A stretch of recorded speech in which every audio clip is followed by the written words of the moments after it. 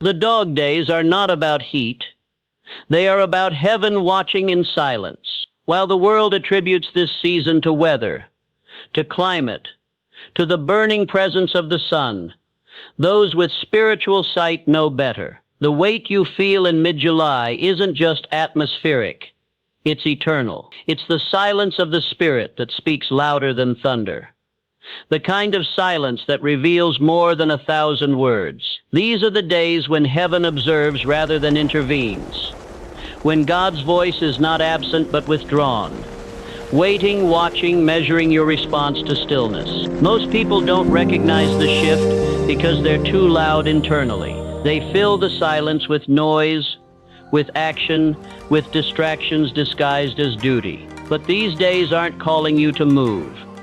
They're asking you to notice, because the fire outside is only a reflection of the fire within. And fire doesn't always mean destruction. Sometimes it means purification. The dog days are not a punishment. They're a process. And the ones who endure them don't just survive. They evolve. In Christianity, the dog days aren't considered cursed. They're coded with divine testing, though the Bible doesn't use the phrase dog days. Its message is woven into the fabric of spiritual principle. Look at the patterns. Every time a man or woman was called by God, there was first a season of withdrawal. Moses wandered in the desert. Elijah hid in the wilderness. Jesus fasted in silence for 40 days. The pattern is unmistakable. Before power comes silence. Before elevation comes isolation. The dog days fall into that space.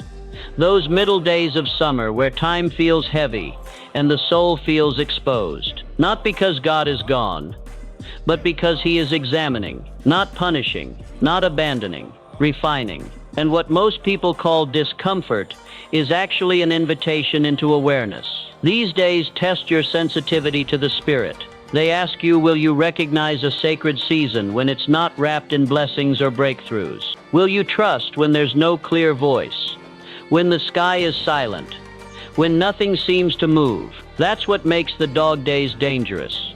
Not because of what they bring, but because of what people miss. They keep running, planning, traveling, posting, building, hustling through a holy season that was never meant for movement, but for measurement. The heavens are not always loud. Sometimes they just pause to see who's still paying attention. These are the days when your spiritual maturity is revealed. Not by what you do, but by how you respond when nothing is happening. Because nothing doesn't mean empty. Nothing means hidden. It means the lesson is beneath the surface. And if you're too busy trying to force the next move, you'll miss the entire point of this one. People confuse divine silence with abandonment. But silence is often sacred. It's the space where growth has no sound, where roots deepen without applause, where the spirit becomes sharper, because it has nothing else to lean on but faith. These dog days are designed to strip away your dependence on feeling, on validation, on emotional high points, and instead anchor you in discernment. Because when the next season comes, and it will, you'll need more than motivation. You'll need memory. The memory of how you stood in stillness and did not flinch. How you walked through July with no answers, but kept your posture of obedience. That's what these days are about. They're a proving ground, a divine filter. Not about how loud you can praise, but how deeply you can trust. Because heaven isn't just listening, it's watching. And what you do in this heat will either unlock the next door or teach you the lesson again. The dog days are not physical. They are spiritual trials, disguised as routine. Most people walk through this season unaware that they are being tested, not in the grand moments, but in the ordinary ones. It's not about the rising temperature. It's about the rising tension within your soul. The pressure doesn't come from outside. It comes from the Spirit, tightening the grip on your distractions, your noise, your need to move when you're supposed to be still. This is the invisible battlefield, where your reactions to boredom, delay, silence, and discomfort reveal who you really are beneath all your activity. The dog days don't arrive with a warning, but they carry a weight, a sacred heaviness that demands you slow down and pay attention, because every time you choose to rush through them, you forfeit the very transformation they were sent to produce. These aren't just lazy summer days. They are mirrors. They show you what you run from. They reflect whether you are spirit-led or flesh-driven. They don't scream at you. They whisper. And if you're too distracted, too busy proving yourself, you'll miss the entire conversation. Demons don't scream during this season. They whisper louder in your restlessness. The enemy doesn't need to attack you with force when he can distract you with movement. He doesn't need to frighten you if he can keep you busy. He knows you won't hear the voice of God when your heart is racing and your mind is crowded. So he speaks in your anxious thoughts, your emotional swings, your irrational urgency. He whispers, "You're falling behind.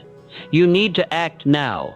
Stillness is weakness, and if you're not anchored, you'll believe it." That's the danger of this season. The battle isn't external. It's inside your own thoughts. It's in the lies that sound logical, the pressure that feels productive, the momentum that feels like progress, but isn't. The enemy doesn't come with chains. He comes with calendars, with options, with tempting detours disguised as opportunities. He knows that if he can keep you moving without instruction, you'll self-destruct before God has a chance to elevate you. These days aren't about fear. They're about focus. And the ones who win in July aren't the loudest, the busiest, or the most celebrated. They are the ones who discern the spiritual atmosphere and choose to go inward, who choose stillness over reaction, who recognize that when the enemy whispers loudest, it's a sign that heaven is closest, watching, weighing, refining. Because this heat, it doesn't just burn skin, it burns illusion. And what survives the dog days is not your hustle, but your humility, not your schedule, but your surrender, not your plans, but your posture. Demons don't scream during this season. They whisper louder in your restlessness. This is the danger of July, the hidden battle that most never see coming. Because it's not the chaos that breaks you, it's the silence that exposes you. When the noise fades, when the distractions pause, when the world slows down in the heat of midsummer, the enemy doesn't need to roar. He simply waits for your discomfort to speak louder than your discernment. He doesn't attack your strength. He studies your weakness, and the moment you confuse discomfort with disconnection, he begins to speak, not through fear, but through urgency, through pressure, through that inner voice telling you, you need to move, you're falling behind, you're being forgotten. And without even realizing it, you start to act, not out of faith, but out of anxiety. You chase solutions. You manufacture momentum. You make decisions rooted not in wisdom, but in the fear of being still. This is how the enemy wins in July, not through destruction, but through deception. He uses your restlessness against you. He doesn't need to stop your purpose. He just needs you to rush ahead of it. And when you do, when you act without instruction, when you build without blueprint, you step out of covering. And once you're uncovered, exposed by your own haste, you become vulnerable not because God abandoned you, but because you abandoned your alignment. The enemy always whispers loudest right before spiritual clarity is about to be revealed. He senses the shift before you do. He sees the potential in your stillness and fears what will happen if you choose to wait, to listen, to submit. So he increases the volume of restlessness, not to destroy you directly, but to pull you away from the voice that would have saved you if only you had been quiet enough to hear it. The silence of July isn't absence from God, it's an invitation to go deeper. God doesn't compete with chaos. He doesn't shout over the storm. He waits for the one who knows how to tune in, the one who understands that revelation doesn't always come in motion, it comes in meditation. The one who stops asking for signs and starts asking for stillness. The one who doesn't panic in the pause, but prays in it. This is where the Spirit speaks, not through volume but through frequency. And only those who are willing to quiet the noise within themselves will hear the divine whisper that others miss. You have to understand, divine silence is never random. It's always strategic. When God goes quiet, He is watching your alignment. Are you moving because you trust Him, or are you moving because you can't bear to wait? Are you walking by spirit or reacting to fear? The silence is surgical. It cuts through all your religious habits and reveals what your heart is truly anchored to. Many claim to have faith, but it's only tested when heaven goes silent and hell starts whispering. The dog days are full of whispers.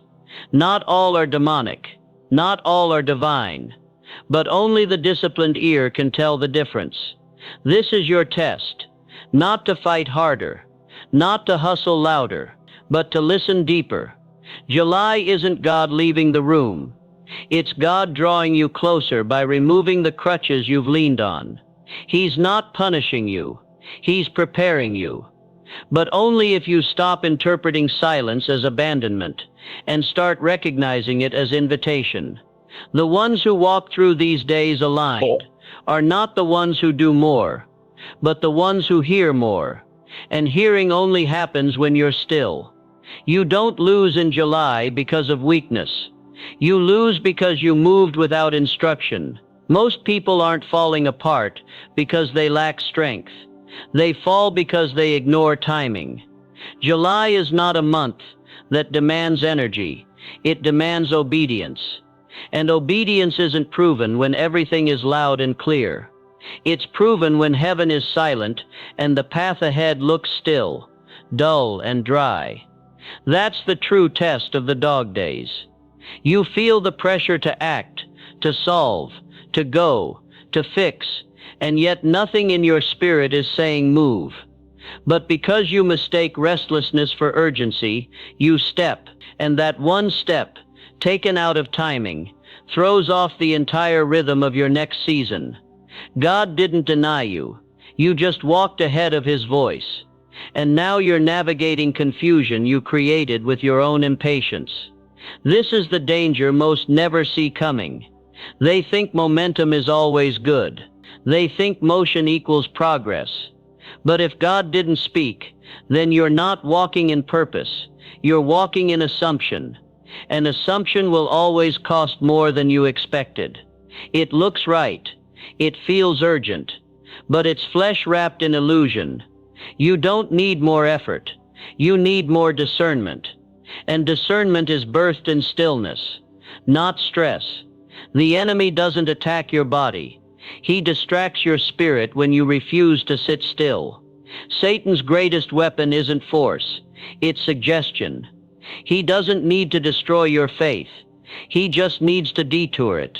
He doesn't even have to stop you from praying or believing. He only has to keep you busy enough to ignore the silence of God. Because in that silence is instruction, redirection, and divine insight. The enemy knows you're dangerous when you're still. Because in stillness you hear. In stillness you discern. In stillness you align. And when you're aligned, you can't be deceived. So he fights your stillness. He whispers urgency. He plants false deadlines. He sends distractions dressed as destiny. And you, addicted to progress and uncomfortable with pause, chase them without realizing what you've left behind. Your peace, your clarity, your covering. This is why people crumble in July. Not because they're spiritually lost, but because they're spiritually untrained. They never learned how to wait. They never learned that God's silence is sometimes more powerful than His yes. They were taught to act fast, speak loud, and move boldly, but never taught to listen deeply, to test every opportunity, to recognize that just because a door is open doesn't mean it was meant for you. July is full of open doors, but not all of them are assignments. Some are traps, and only those who wait, who pause, who check the frequency of the Spirit before walking through, will remain protected. This season is less about doing and more about discerning. less about chasing, and more about checking. The wilderness isn't punishment, it's preparation, just like it was for Christ. Before the miracles, before the crowds, before the resurrection, there was the desert, a dry, lonely, silent place, not filled with applause, but with confrontation, not filled with light, but with fire. And yet, that wilderness wasn't a setback, it was a setup. Christ was led by the Spirit into the wilderness, not by mistake, but by divine intention, to fast, to be tested, to face the whispers of the enemy when no one was watching. That's what July feels like for those who are spiritually awake, a quiet heat, a pause in momentum, a thinning of the air that forces you to breathe deeper or break completely. It's not designed to crush you, it's designed to reveal you. The dog days strip away every performance mask, every emotional crutch, every illusion of control. They ask, can you still obey when no one's affirming you? Can you still believe when heaven is silent? Can you still walk by faith when all the signs tell you to turn back? The wilderness is holy ground, not because it feels good, but because it is where divine authority is born. No one exits the wilderness the same. You either emerge aligned or exposed. These days separate the noise driven from the Spirit-led. This is the invisible filter, where the wheat is separated from the chaff, where the ones who live by emotions are revealed, and the ones who live by revelation are elevated. The noise-driven chase productivity. They measure progress by output, validation, applause. But the Spirit-led are moved by instruction, not impulse. They know that God doesn't always speak in lightning and thunder. Sometimes he speaks in stillness, and if you're too addicted to noise, you'll miss his voice entirely. These dog days are a divine filter. You can't fake discernment here. You can't hustle your way through the furnace. You either hear or you don't. And what you hear in this season will determine how you live in the next. The ones led by noise will run into doors that were never meant for them. They will marry the wrong purpose, chase the wrong timing, burn out in a fire they weren't assigned to walk through. But those who are Spirit-led will pause, wait, observe. They are not passive, they are precise. They understand that stillness is a strategy, that delay is often divine, that not every invitation is an assignment. They know how to walk slowly while the world rushes ahead, and somehow arrive at the right place, at the right time, with supernatural ease. Because they don't chase speed, they follow the signal. And the signal isn't loud, it's subtle, it's spiritual, and it can only be picked up in the frequency of stillness. So now the question becomes, who are you in this season? Are you moving because God said go, or because you can't handle the tension of wait? Are you reacting to pressure or responding to presence? Because the wilderness always exposes motive. It doesn't lie. It doesn't flatter. It shows you exactly what you believe and what you fear. And that exposure isn't punishment. It's purification. These dog days will make you or break you, not by what happens around you, but by what happens within you. The wilderness is doing its work. Let it. Because if you skip this season, you will enter the next one unprepared. And no level of noise can cover what only silence can correct. The dog days are divine alignment, dressed as delay. Most people see this season as a pause, a disruption, a slowdown of life's momentum. But those who walk by spirit, not by sight, know better. July isn't a delay, it's a design. A precise window of divine recalibration, disguised as waiting. You think things are stuck, stalled, silent, but that's only on the surface. Beneath it, everything is being realigned. Your purpose, your thoughts, your decisions, your next move. Heaven doesn't delay without intention. And if you move too fast in a season meant to realign you, you'll carry dysfunction into your future and call it destiny. This is the subtle trap of July. You feel the pressure to act, the impulse to push forward, but the real battle is to remain still long enough to hear the deeper instruction. What to have steward? Delay is not denial, it's divine discipline. It's heaven whispering, I can't let you go there yet, not like this. Because alignment matters more than arrival. And if you're not aligned in spirit, no success will satisfy, and no achievement will last. Most people fail to see that this waiting is actually a gift. It's the chance to look in the mirror, to sit in the silence, and ask the questions no one else will ask you. Who am I without movement? Who am I without applause? Who am I when I'm not in control? And those questions, painful as they are, lead to alignment. Because real alignment doesn't happen on stages. It happens in secrets, in silent rooms, in tearful prayers, in mornings when God says stay, and you want to scream go. But if you stay, if you obey the delay, what awaits on the other side is not just momentum, it's maturity. The kind of strength that can carry blessing without breaking under it. The kind of wisdom that sees through distraction. The kind of clarity that only stillness can give. That is why the dog days are sacred. Not because they are easy, but because they are essential. Stillness in July is not survival. It's strategy from the throne of heaven. The world will tell you that if you're not moving, you're losing. That if you're not building, you're behind. That if you're resting, you've surrendered. But that's a lie, crafted by a system that fears what would happen if you ever truly paused and aligned with purpose. Stillness is not weakness, it is war.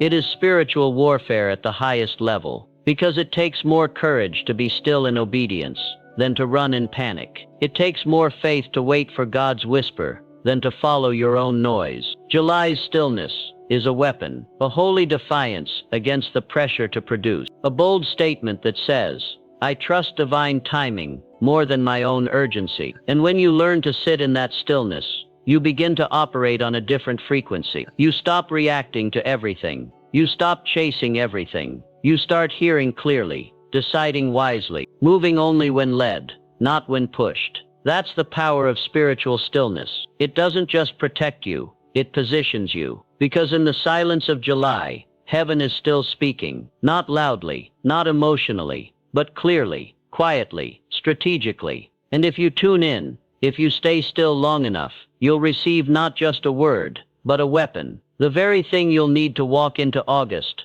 not scattered, but aligned. Not shaken, but unmovable. Not uncertain, but chosen. And all of it, because you chose stillness over speed, alignment over appearance, obedience over urgency. That's not survival, that's supernatural strategy. The greatest journeys are not measured in miles, but in mastery of stillness. The world convinces you that movement is progress, that the more you do, the more you become. But there are seasons, like mid-July, where heaven issues a different command, be still and know. Because rushing in a divine moment of silence is not just premature, it's dangerous. July is not about how far you go. It's about how deep you go. Stillness is not stagnation. It's alignment. It's heaven saying, don't just move forward, move inward first. These days are sacred, not because of what's happening around you, but because of what's being demanded within you. When everything slows down, when nothing makes sense, when your calendar feels dry, and your prayers echo without answer, that is not abandonment. That is activation. It's the Spirit preparing your inner man for the next assignment. Because real elevation doesn't start when the doors open. It starts when your spirit surrenders to stillness and says, even if nothing changes, I will. That's mastery. And July exists to shape that mastery inside you. Stillness isn't inactivity. It's warfare. You're not doing nothing. You're doing the hardest thing. Trusting timing over tension. Trusting instruction over impulse. And in that trust, your soul is sharpened. You begin to see what others can't. You begin to hear what others miss. The external world may call it idleness, but the spiritual world knows you are in divine training. Because if you can learn to command yourself in stillness, then when the storm comes, you won't flinch. That's why the dog days feel uncomfortable. They strip away every illusion of control. They force you to stop running from your soul. And in that raw stillness, God reveals the kind of authority that can't be taught in noise. It must be birthed in silence. To move wisely, you must first be still long enough to be led. We live in a generation addicted to direction, constantly seeking what's next, chasing blueprints, trying to plan every step. But direction without revelation leads to exhaustion. You can map your whole life and still end up lost if the soul inside you is disoriented. Divine leadership doesn't start with a destination. It starts with alignment, and alignment can only happen in stillness. You cannot receive strategy from heaven if your mind is louder than your spirit. That's why God slows you down in July, not to frustrate you, but to reintroduce you to the voice that actually leads to purpose. Because clarity doesn't come in motion, it comes in surrender. July is a furnace, and in that heat, many people try to build out of pressure instead of waiting for divine permission. But pressure is not the same as purpose. If you act from pressure, you'll miss the instruction entirely. That's why you must sit, breathe, wait, not out of laziness, but out of loyalty to the one who speaks in whispers, not waves. When you're led by spirit, you don't need to force anything. You don't need to chase. You simply obey, and that obedience will carry you further than hustle ever could. The ones who win in life are not the loudest, fastest, or most active. They are the ones who learned to stop before they stepped, who refused to be moved by pressure, who said, "I won't act without instruction, no matter how loud the world gets." Those are the ones who carry real authority, and that authority isn't granted in the spotlight. It's granted in the stillness of the dog days, when heaven watches to see who will move by voice, not by fear. And once you've mastered that, no storm, no delay, no silence will ever shake you again. So when your body starts itching to move, to escape, to fix something that isn't broken, pause. That desire to act without clarity is not always ambition. It's often avoidance. You're not restless because something is wrong out there. You're restless because something is unsettled in here. July surfaces that. The dog days expose not your schedule, but your soul. And what feels like suffocation is often sacred space asking you to breathe differently, to listen deeper. Because movement born from fear only takes you in circles. But waiting when led by spirit is direction in disguise. These aren't wasted days. They are surgical, days designed to slice through distractions and leave nothing but your true self standing. And if you flinch at that, it's because you've mistaken speed for strength. But true power comes from being unshakable, not because you're busy, but because you're anchored. Nothing changes until you do.